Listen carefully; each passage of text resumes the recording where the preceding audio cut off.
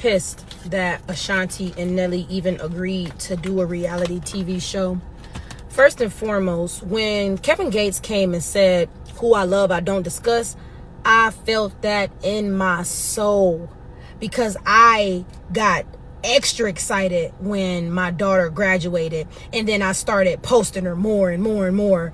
But prior to that, when I started realizing that I was receiving a lot of attention, I went and deleted so many photos of my daughter. I stopped talking about her. I stopped mentioning her in ways where it's like I just talked about her slightly, but not enough to where people would want to know more about my daughter, you know, and about just my family. When my mom and them tag me in certain things, I untag myself and I tell them, you know, I don't want people trying to figure out my life through y'all. I don't want y'all becoming a target for the dislike that people have for me. I don't want my daughter being disliked and dogged and disrespected due to how her mom feels or some of my strong points of views, because they would do that. They would go start bothering my daughter because, oh, we don't like her mom.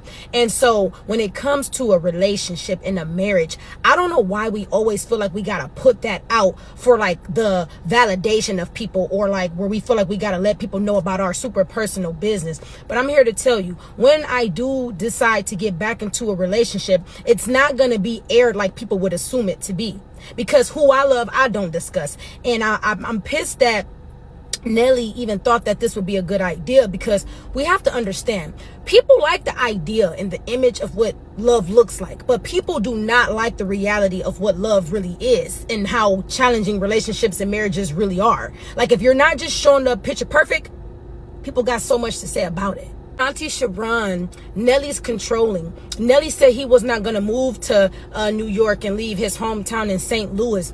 Nelly said he don't change diapers. Ashanti girl, that's red flags. You should run. It's like there is always two ways to look at stuff.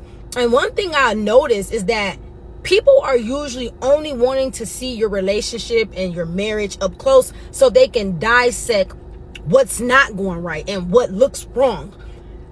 It's reality. If my husband told me prior to me having a child, hey, look, babe, I'm 50. I love you and I give you whatever.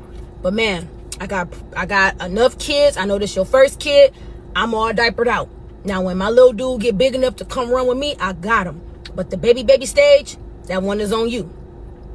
What is wrong with that? And I'm not saying that because I'm not even the type of woman to settle at all. I'm a very strong-minded woman too, but I'm a woman who knows how to observe and a woman who knows how to think outside of the box.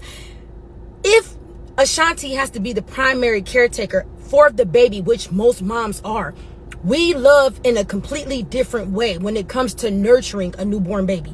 Most men don't like changing Pampers. Most men don't even like holding the babies because they don't really know how to secure the necks, the heads, that's not abnormal what he's saying. So why are y'all stretching that so far? Like, girl, you should have ran, girl, you settling.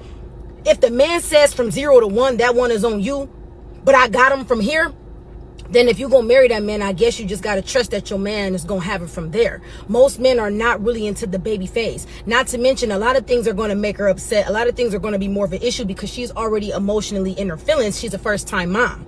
So do I see something wrong with Nelly said? I mean, I guess I can get where y'all are coming from. But if the man has already stressed that to her, like, hey, babe, I'm 50, you know what I'm saying? The pamper stuff, I ain't on that. Now, when my dude get big enough, kids are gonna get 18 one day. So if a man is telling you, you know, that first stage is yours, but I got him from 2 on up or 3 on up, okay, fair exchange. The beginning part is on me. But when you get old enough to walk and talk, you going with your dad. What's wrong with that? For me, I'm always the woman that's trying to see what we can do to make things work, or I'm always trying to find the understanding and stuff. Whereas it seems like most women are always trying to find the problem in something, always trying to find the negativity in something, always trying to find something wrong. Something's always got to be wrong. When it comes to him relocating to New York, I get both parties. Of course, she wants to move where her support system is at. That is where her family is at, where her mom and them is at. I get it. She's a first-time mom. She wants to go where she can feel that support system. But as a man, if you already got your whole life established and you already set up in St. Louis, and you know that's where you can protect your family because you know that you know everybody in St. Louis and can't nobody make one wrong move, or you're going to have to answer to, obviously, he's the big dog of St. Louis. What's wrong with that? What if he just feels more like secure with himself in his hometown and where he knows people? What if he just feels like he can protect his woman and his child more where he's from? I'm not saying it's right. I'm just saying, why not look at it from that point? Why just be like, girl, he trying to control you. I wouldn't let no man. I mean, it's just trying to understand stuff sometimes instead of always trying to look for an issue in reality. This is reality. Of course, they're both going to want to stay with their people, but why are y'all never willing to try to understand it from an open-minded perspective? Why do somebody always got to be wrong?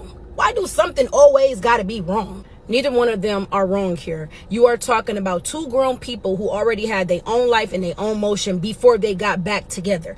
I respect the fact that Nelly was a man who told her what it is and what it's going to be and what it's not going to be. And it was up to her as a grown woman to see if she was willing to deal with the boundaries that he has set, the expectations that he has set. Like, I'm pretty sure they both told each other what they do's and don'ts are. And what y'all are witnessing is two adult people just trying to navigate marriage, trying to navigate first-time motherhood, trying to navigate a newfound relationship. And what they're trying to do is fit into each other's lives, and nothing's wrong with that. There's never going to be perfection on a relationship. So what y'all are looking for is for someone to y'all are basically feeling as though because she's the woman, he should basically do what she say do. Well, that's the mother of your child and your wife and your kids. So you should be willing to relocate, and you should be willing to. No. There's nothing wrong with him already setting the boundaries. And guess what? Our good sis Ashanti rolled with those boundaries. And nothing's wrong with that. Neither one of them are the villain here. I just think with them trying to navigate so much new stuff, like the new relationship, the marriage, the baby, that's the part they should have kept private. Because people are not here to really root y'all on. They are here to do exactly what they are doing, which is dissect your life. And guess what? Who you love, you shouldn't discuss. Keep some stuff private. Everything is not to be filmed and not to be with a camera crew behind you. I would have kept that off. I would have kept my family off the internet.